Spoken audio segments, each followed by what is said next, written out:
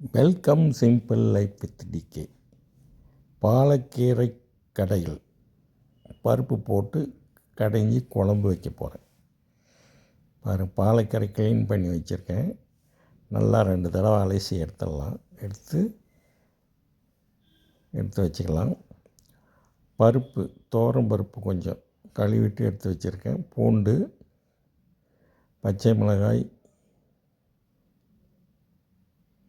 வெங்காயம்,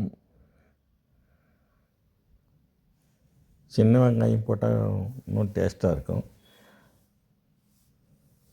தக்காளி, அடுத்து நம்ம க்ளீன் பண்ணி வச்சு கீரையை எடுத்து போடுறேன். போட்டு ஒரு சொம்பு தண்ணி வச்சா போதும்.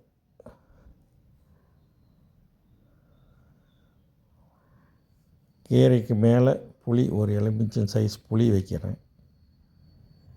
உப்பு இதில் சேர்த்து போட்டுறேன். இப்பயே கல் உப்பு போட்டு ஒரு 4-5 விசில் விட போகிறேன்.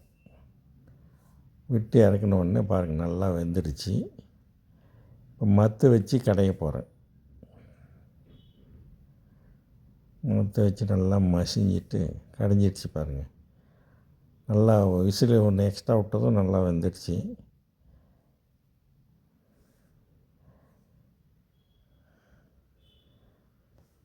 பாலக்கீரை குழம்பு கொதிக்குது, தாளிச்சிடலாம். கடைஞ்சிட்ட அப்புறம் நல்லா ஒரு கொதி வரணும். இந்த மாதிரி கொதி வந்து பாருங்கள், நல்லா பிரிஞ்சு வந்த மாதிரி ஆகிடுச்சு. தாளிச்சாச்சு. சுவையான பாலக்கீரை குழம்பு மத்து வச்சு நல்லா கடைஞ்சி சாப்பிடும்போது ரொம்ப டேஸ்ட்டாக இருக்கும். நன்றி, வணக்கம், பை பை.